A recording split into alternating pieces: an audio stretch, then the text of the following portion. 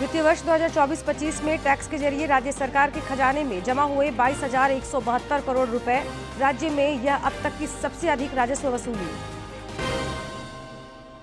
राज्य सरकार रीएडमिशन और कॉपी किताब बेचने में शामिल निजी स्कूलों पर अगले 3 महीनों में करेगी कार्रवाई। शिक्षा मंत्री रामदास सोरेन ने कहा, लगातार मिल रही शिकायतें। झारखंड समेत पूरे देश में आज मनाया जा रहा है ईद उल फितर का त्यौहार। प्रधानमंत्री और मुख्यमंत्री समेत कई नेताओं ने दी शुभकामनाएं। सरहुल पूर्व संध्या पर कार्यक्रमों का आयोजन।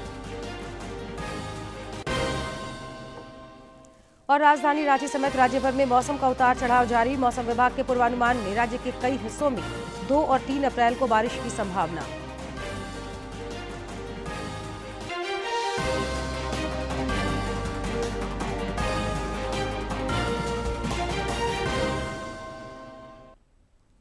नमस्कार, प्रादेशिक समाचार में आपका स्वागत है। मैं हूं जयलक्ष्मी और अब समाचार विस्तार से।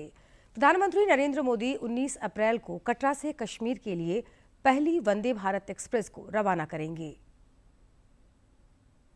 जम्मू कटरा श्रीनगर वंदे भारत एक्सप्रेस शुरू में कटरा में से चलेगी, क्योंकि जम्मू रेलवे स्टेशन का नवीनीकरण किया जा रहा है। इससे कश्मीर तक रेल संपर्क का 70 साल पुराना सपना पूरा होगा। ये ट्रेन रियासी जिले के कटरा कस्बे से चलेगी और पीर पंजाल पर्वत श्रृंखला को पार करते हुए श्रीनगर पहुंचेगी और फिर उत्तरी कश्मीर के बारामूला में अपने अंतिम गंतव्य तक पहुंचेगी। अधिकारियों के अनुसार रेल लिंक परियोजना पिछले महीने पूरी हो गई थी। कटरा बारामूला मार्ग पर ट्रेन का ट्रायल रन सफलतापूर्वक किया जा चुका है। उन्होंने कहा कि रेलवे सुरक्षा आयुक्त ने जनवरी में कटरा और कश्मीर के बीच ट्रेन सेवा को मंजूरी दी थी। उन्होंने साथ ही कहा कि वंदे भारत एक्सप्रेस से जम्मू और श्रीनगर के बीच यात्रा के समय में काफी कमी आने की उम्मीद है, जिससे इस क्षेत्र के लिए एक आधुनिक और कुशल रेल सेवा उपलब्ध होगी। रविवार को जम्मू में पत्रकारों से बात करते हुए केंद्रीय मंत्री जितेंद्र सिंह ने प्रधानमंत्री द्वारा ट्रेन के उद्घाटन करने को लेकर जानकारी दी। ट्रेन के उद्घाटन से कश्मीर तक सीधी रेल कनेक्टिविटी की लंबे समय से चली आ रही मांग पूरी होगी। 19 अप्रैल को प्रधानमंत्री जी यहाँ पधारेंगे। उधमपुर में ही उनकी लैंडिंग होगी। उसके उपरांत वो जो दुनिया का सबसे ऊंचा पुल निर्माणित हुआ है रेल का, वहाँ पर जाएंगे, उसका भी मुआयना करेंगे। वहाँ पर भी उसका लोकार्पण होगा और फिर वो कटरा पहुँच करके वंदे भारत। और ये आपके माध्यम से ये भी सूचना चली जाए कि कहीं कहीं ये कहा जा रहा है और ये मांग भी आ रही है कि वंदे भारत श्रीनगर के लिए कटरा से क्यों जा रही है, लेकिन दर हकीकत सच्चाई ये है कि ये जम्मू श्रीनगर वंदे भारत है।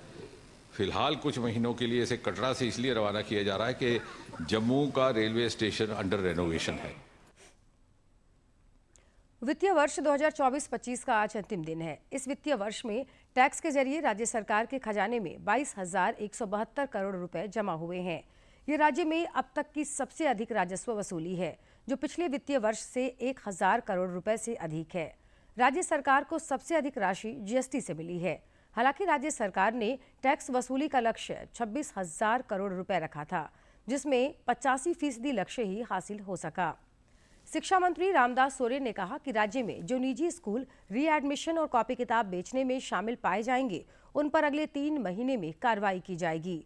श्री सोरेन ने जमशेदपुर में एक कार्यक्रम के दौरान कहा कि सरकार को निजी स्कूलों की मनमानी और उनके द्वारा नियम कानून की अनदेखी करने की काफी शिकायतें मिल रही है। इसलिए राज्य सरकार निजी स्कूलों की गतिविधि पर भी पैनी नजर बनाए हुए है। नेता प्रतिपक्ष और प्रदेश भाजपा अध्यक्ष बाबूलाल मरांडी ने राज्य के एक थाने में झारखंड मुक्ति मोर्चा के पदाधिकारियों और कार्यकर्ताओं के स्वागत समारोह आयोजित करने पर सवाल खड़े किए हैं। श्री मरांडी ने एक सोशल मीडिया पोस्ट में एक समाचार पत्र की प्रति साझा करते हुए मुख्यमंत्री पर कटाक्ष किया। प्रदेश भाजपा अध्यक्ष ने कहा कि झामुमो के जिला अध्यक्षों और प्रखंड अध्यक्षों के लिए थानों और पुलिस अधीक्षक कार्यालय में भी जगह उपलब्ध करा देनी चाहिए। उन्होंने पुलिस पर आरोप लगाते हुए कहा कि पुलिस की दिलचस्पी अपराध रोकने से ज्यादा सत्तारूढ़ पार्टी का काम करने की ओर ज्यादा है। पूर्व मुख्यमंत्री और भाजपा नेता चंपाई सोरेन ने कहा कि धर्मांतरण कर चुके लोगों को अनुसूचित जनजाति का लाभ नहीं मिलना चाहिए। उन्होंने कल ओडिशा के मयूरभंज जिले के रायरंगपुर स्टेडियम में हो गलांग कमेटी द्वारा आयोजित आदिवासी हो समाज को संबोधित किया। श्री सोरेन ने कहा कि अगर धर्मांतरण को नहीं रोका गया तो देशुली, जोहेर स्थानों और सरना स्थलों पर पूजा करने वाले नहीं मिलेंगे। उन्होंने कहा कि आदिवासी समाज के लोगों को विदेशी धर्म के पीछे नहीं भागना चाहिए, इससे हमारा अस्तित्व खत्म हो जाएगा। प्रदेश कांग्रेस प्रभारी के राजू ने कहा है कि जनता के कार्यों को त्वरित निष्पादन हेतु कांग्रेस ने नई कार्य योजना तैयार की है, जिसके आधार पर कार्यों का निष्पादन किया जाएगा।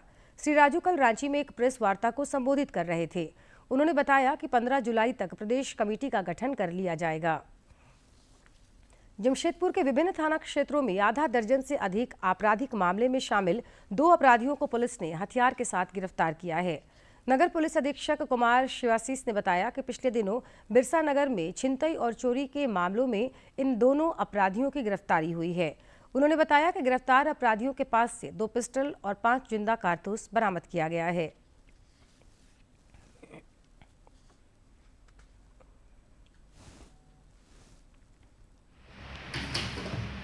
और इसमें पहले हमने 2 अरेस्टिंग की है। एक है लवप्रीत सिंह उर्फ पेंडू जो टोला डुंगरी का रहने वाला है, और एक है बॉबी सिंह जो कि सिद्धोड़ा का रहने वाला है।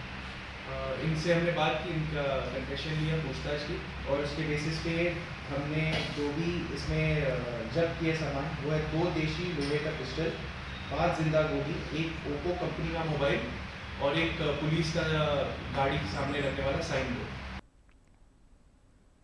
झारखंड मैथिली मंच द्वारा आयोजित विद्यापति स्मृति पर्व के रजत जयंती समारोह के समापन में केंद्रीय रक्षा राज्य मंत्री सह रांची के सांसद संजय सेठ शामिल हुए। इस मौके पर उन्होंने विद्यापति के आदर्शों और समाज के निर्माण में उनके योगदान को याद करते हुए मिथिला समाज की ओर लगाई गई प्रदर्शनी का अवलोकन किया। इस मौके पर झारखंड मैथिली मंच के अध्यक्ष विनय कुमार झा और महासचिव जयंत कुमार झा समेत समाज के कई गणमान्य लोग मौजूद रहे। गौरतलब है कि रांची के हरमू मैदान में 3 दिवसीय विद्यापति स्मृति पर्व का आयोजन किया गया था।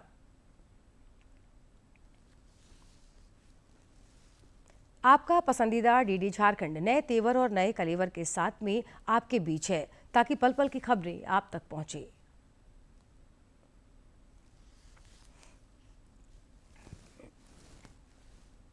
आपका अपना पसंदीदा डीडी झारखंड, गांव से लेकर कस्बों और शहरों तक की है धड़कन। सटीक, विश्वसनीय और तेज खबरों का भी है आईना। राजनीति के मंच से सत्ता के गलियारों तक, खेत से खलिहान और मनोरंजन से इंफोटेनमेंट तक, खेल के मैदान से रंगमंच की खबरों तक, सब कुछ देखिए हमारे प्रादेशिक समाचार में हर रोज दोपहर 12:30, शाम 6:30 और 7:30 बजे, सिर्फ और सिर्फ डीडी झारखंड पर।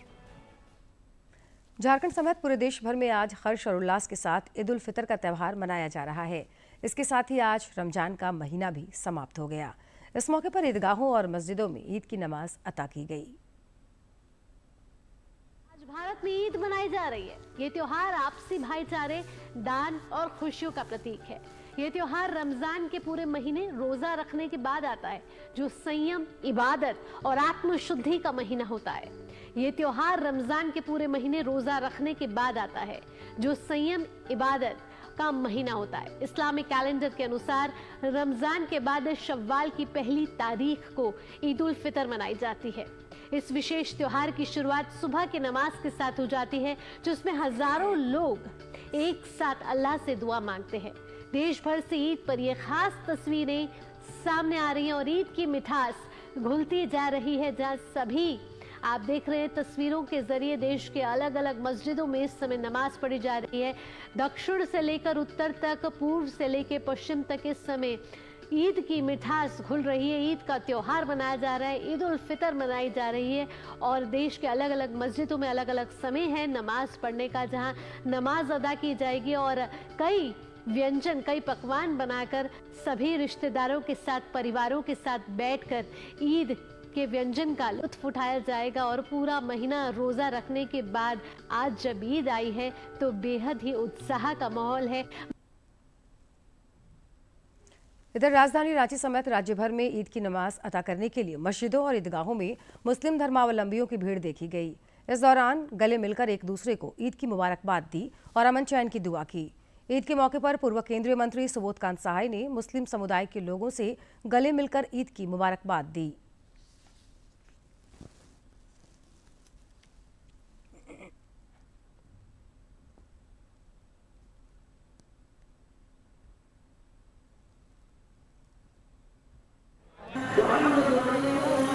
आज देखिए प्रकृति का भी क्या खेल है, उसने नवरात्रा भी आज ही से शुरू और सरहुल भी आज ही हो रहा है। यही गंगा जमुनी की तहजीब है, जो हमारा जहाँ दुआ पढ़ा गया वो इसी को बरकरार रखे खुदा, इसी के लिए सबने इबादत की है।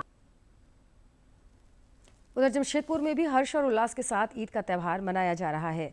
साक्षी स्थित ईदगाह मैदान में रोजेदारों ने ईद की नमाज अता की और राज्य में अमन और शांति की दुआ मांगी।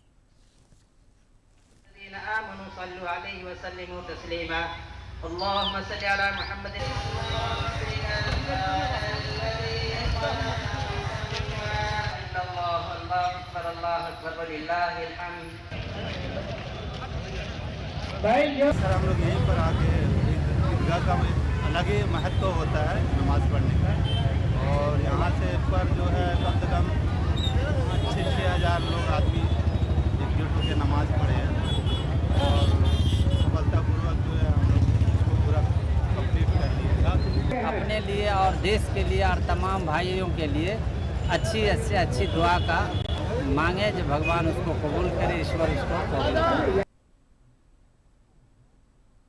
धनबाद में भी ईद उल फितर का त्यौहार धूमधाम और हकीकत के साथ मनाया जा रहा है। शहर के विभिन्न मस्जिदों और ईदगाहों में मुस्लिम समुदाय के लोगों ने ईद की नमाज अता की।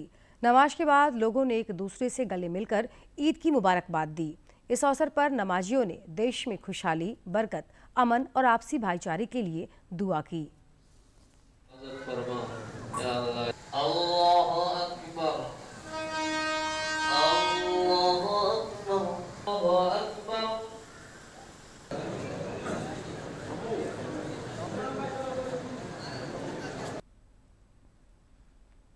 सिमडेगा में ईद का त्यौहार बड़े ही धूमधाम के साथ मनाया जा रहा है।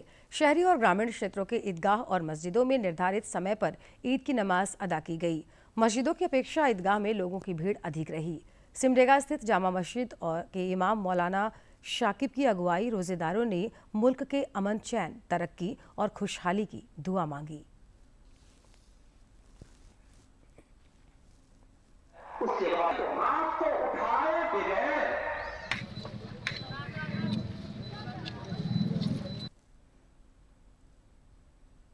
पलामू में भी ईद के मौके पर मस्जिदों में नमाजियों की भीड़ देखी गई। जिला मुख्यालय के छहमुहान चौक के पास नमाज के बाद रोजेदारों ने एक दूसरे को गले लगाकर ईद की मुबारकबाद दी। पूर्व मंत्री केंद्र त्रिपाठी भी लोगों को गले लगाकर ईद की मुबारकबाद दी। ईद के मौके पर बच्चों में खासा उत्साह देखा जा रहा है।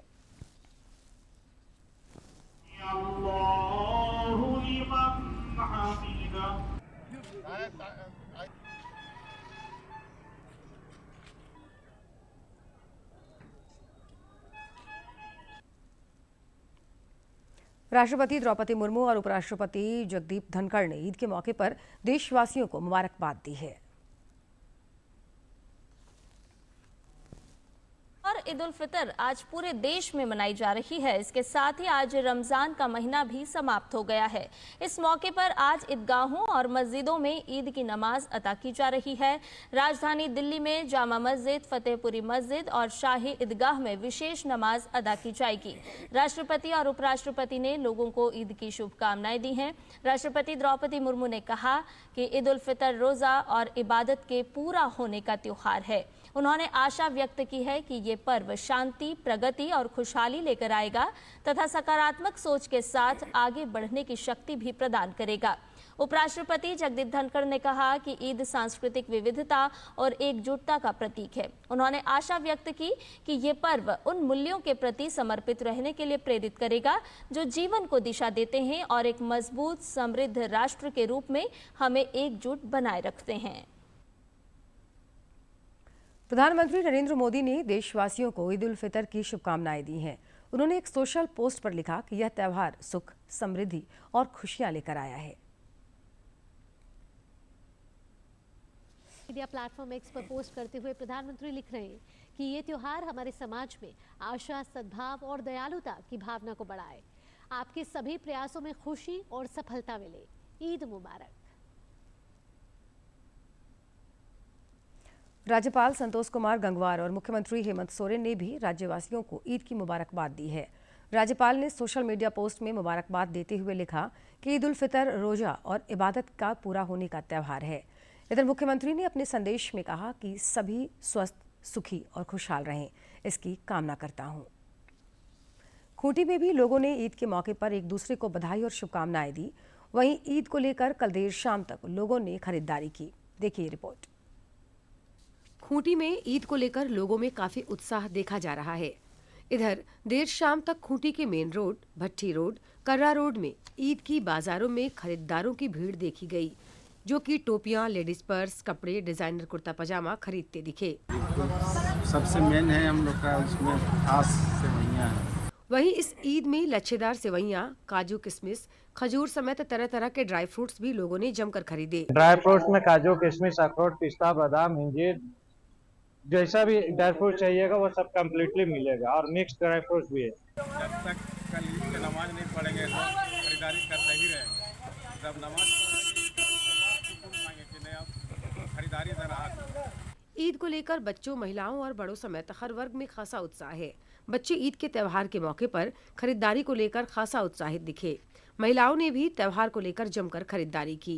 सेवई बनता है, फालूदा, पूरी, हाँ, और छोला। चांद दिखने के बाद रोजेदारों ने ईद मनाई। ईद के मौके पर मस्जिद में नमाज अदा कर इबादत की और सभी के लिए अमन चैन की दुआएं मांगी। डीडी न्यूज के लिए खूंटी से ज्योत्सना की रिपोर्ट। इधर राज्य भर में प्रकृति पर्व सरहुल का उल्लास देखते ही बन रहा है। राजधानी रांची के बिरसा मुंडा संग्रहालय में पर्यटन विभाग की ओर से 3 दिवसीय सरहुल खेले चल महोत्सव का आयोजन किया गया है।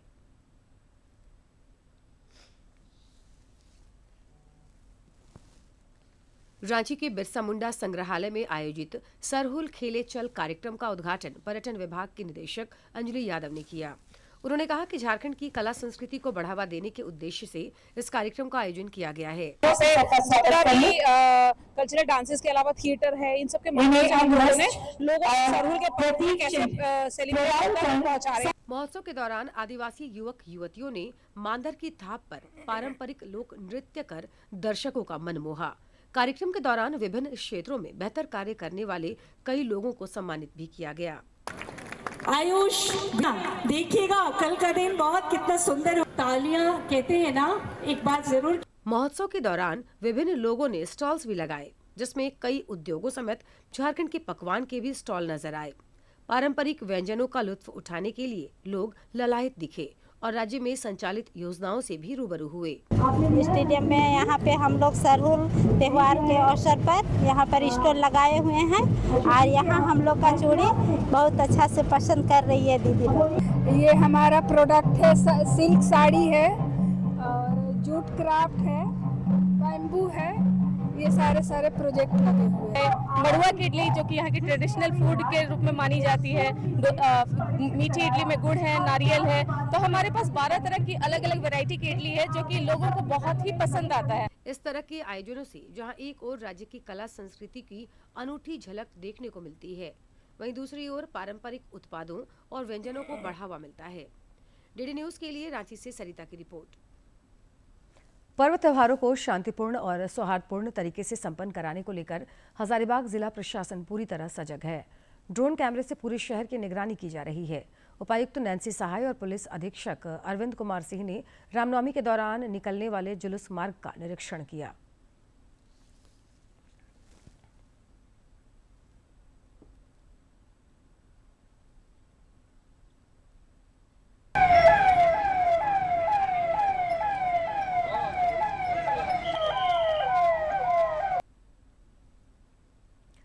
चैत्र नवरात्र के दूसरे दिन आज मां दुर्गे के ब्रह्मचारिणी स्वरूप की पूजा अर्चना की जा रही है। यहाँ स्थित श्री आद्य कात्यायनी शक्तिपीठ मंदिर में सब आरती कर रहे हैं और सुबह की आरती यहाँ की गई है। माँ के जयकारे लगाए गए, सभी ने आरती कर माँ को याद किया है और कामना की है कि सभी का मंगल हो, सभी कुशल रहे। और आज इन 9 स्वरूपों की पूजा हो रही है, जिसमें आज दूसरे स्वरूप माँ दुर्गा के दूसरे स्वरूप माँ ब्रह्मचारिणी की पूजा की जा रही है। और माँ ब्रह्मचारिणी जो है, आपको बता दें कि भगवान शिव को पति के रूप में पाने के लिए उन्होंने कठोर तप किया था। जम्मू कश्मीर के कटरा स्थित मां वैष्णो मंदिर को चैत्र नवरात्र को लेकर आकर्षक तरीके से सजाया गया है।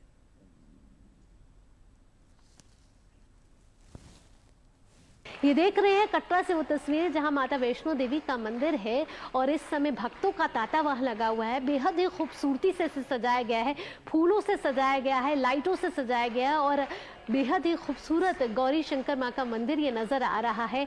माता के दर्शन के लिए श्रद्धालु रात से ही लंबी कतारों में खड़े हुए नजर आ रहे हैं। श्रद्धालुओं के जयकारों से माता का भवन गुंजायमान हो चुका है। उत्तराखंड स्थित श्री गंगोत्री धाम के कपाट इस वर्ष 30 अप्रैल को खोले जाएंगे। उत्तराखंड में श्री गंगोत्री धाम के कपाट इस वर्ष अक्षय तृतीया यानी कि 30 अप्रैल को सुबह 10:30 बजे खोलेंगे। इसी दिन श्री यमुनोत्री धाम के कपाट भी खोलेंगे, जिसका समय मंदिर समिति द्वारा 3 अप्रैल को यमुना जयंती पर घोषित किया जाएगा। श्री बद्रीनाथ धाम के कपाट 4 मई को सुबह 6 बजे और श्री केदारनाथ धाम के कपाट 2 मई को सुबह 7 बजे खोलेंगे। यमुनोत्री, गंगोत्री, केदारनाथ और बद्रीनाथ उत्तराखंड के 4 प्रमुख धाम हैं। प्रतिवर्ष लगभग अक्टूबर नवंबर के आसपास 6 महीने के लिए इन मंदिरों के कपाट बंद हो जाते हैं और अप्रैल मई के दौरान गर्मियों में खुलते हैं। 4 धाम यात्रा यमुनोत्री से गंगोत्री और केदारनाथ होते हुए बद्रीनाथ में समाप्त होती है। और अब बात करेंगे मौसम की। राज्य के मौसम में उतार चढ़ाव जारी है। मौसम विज्ञान केंद्र रांची के मुताबिक 2 और 3 अप्रैल को राज्य के कुछ हिस्सों में हल्की बारिश हो सकती है।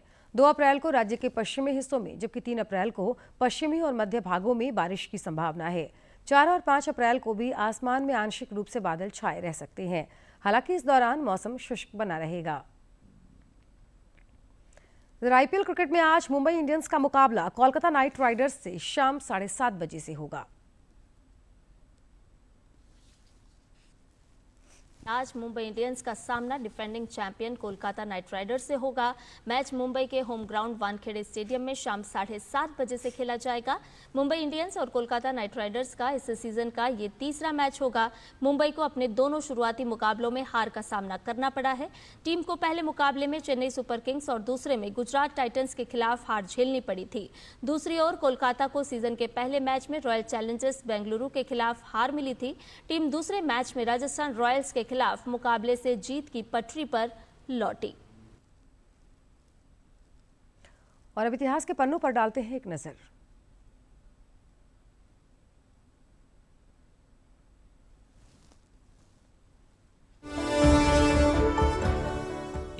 मार्च साल 1889 में फ्रांस के पेरिस में स्थित मशहूर एफिल टावर पूर्ण रूप से बनकर तैयार हुआ। इस टावर का डिजाइन और निर्माण कार्य अलेक्जेंड्रे गुस्ताव एफिल की दिशा निर्देश में हुआ। ये एक फ्रांसीसी सिविल इंजीनियर थे। इस विश्व प्रसिद्ध टावर का निर्माण कार्य 136 वर्ष पूर्व जनवरी 1887 में शुरू हुआ था और आज ही के दिन 2 साल 2 महीने और 5 दिनों के बाद साल 1889 को इसका निर्माण कार्य समाप्त हुआ। इस टावर को यूनिवर्सल एक्सपोजर के लिए बनाया गया। एफिल टावर की 3 मंजिल हैं। पहली मंजिल जमीन से 58 मीटर ऊंची है, तो दूसरी मंजिल 115 मीटर और तीसरी मंजिल 275 मीटर की ऊंचाई पर स्थित है। एफिल टावर की कुल लंबाई 324 मीटर थी। हाल ही में इस ऐतिहासिक टावर के ऊपर 6 मीटर का एक नया डिजिटल रेडियो एंटीना लगा दिया गया, जिसके बाद इसकी कुल लंबाई 330 मीटर हो गई। इस डिवाइस को हेलीकॉप्टर की मदद से लगाया गया। झारखंड समेत देश भर में साइबर अपराध के मामले लगातार बढ़ते जा रहे हैं। सतर्कता और जागरूकता ही इससे बचने का मूल मंत्र है।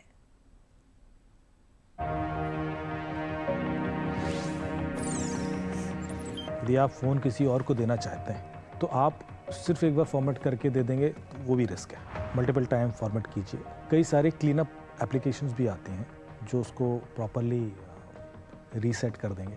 कुछ नहीं तो एप्लीकेशन इंस्टॉल करके रिकवर करके भी दे सकते हैं। तो बहुत सारे डेटा रिकवरी टूल्स आते हैं जो चला के आप देखें कुछ भी रिकवर हो रहा है नहीं हो रहा है, and then it will be assured. Hard disk के संग भी यही प्रॉब्लम है कि जब हार्ड डिस्क आप दें, पेन ड्राइव आप भूल जाते हैं, उसमें डेटा है, क्योंकि इन सारी डिवाइसेस से डेटा रिकवर हो सकता है। और भले ही आपने वन टाइम फॉर्मेट भी किया होगा तब भी हो सकता है। कुछ परसेंटेज ऑफ डेटा। तो इस वजह से क्लीन अप प्रोसेस पूरी तरह फॉलो करना बहुत ज़रूरी है। आईफोन वगैरह में आसान है, उसमें एक ऑप्शन होता है जिससे दोबारा फिर कभी कोई रिकवर होगा ही नहीं। ये जानना लोगों को बहुत ज़रूरी है कि सबसे पहले तो ज़ीरो ट्रस्ट मॉडल फॉलो करें। कि मैं पुलिस से बोल रहा हूँ, RTO से बोल रहा हूँ, पासपोर्ट ऑफिस से बोल रहा हूँ, किसी हॉस्पिटल से बोल रहा हूँ, आप नहीं ट्रस्ट कर सकते। वो आपको डरा के, धमका के, लालच देकर, कंफ्यूज करके कुछ गड़बड़ करा दें, because you are trusting. iOS devices को थोड़ा सिक्योर मानते हैं क्योंकि एक क्लोज्ड इकोसिस्टम होता है, तो उनको सिक्योर रखना और सिक्योर बनाना इजी होता है।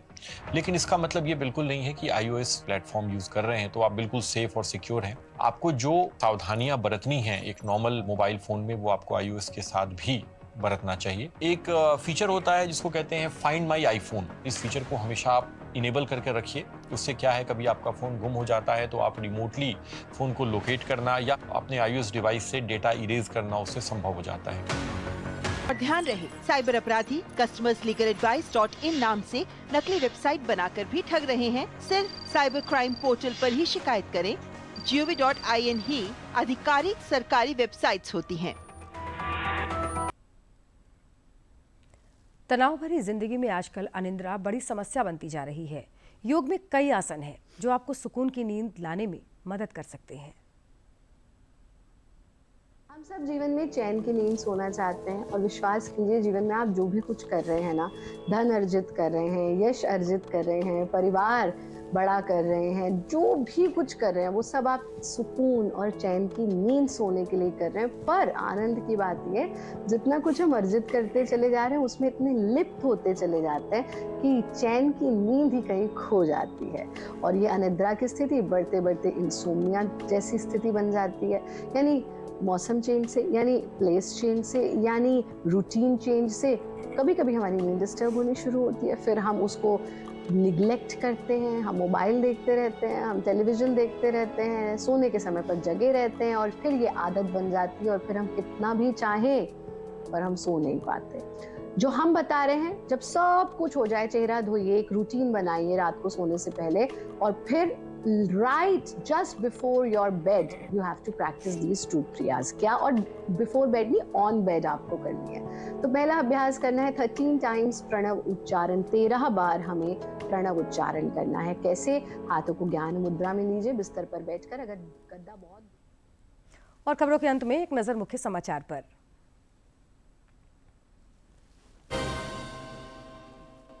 वित्तीय वर्ष 2024-25 में टैक्स के जरिए राज्य सरकार के खजाने में जमा हुए 22,172 करोड़ रुपए। राज्य में यह अब तक की सबसे अधिक राजस्व वसूली। राज्य सरकार रीएडमिशन और कॉपी किताब बेचने में शामिल निजी स्कूलों पर अगले 3 महीनों में करेगी कार्रवाई। शिक्षा मंत्री रामदास सोरेन ने कहा, लगातार मिल रही शिकायतें।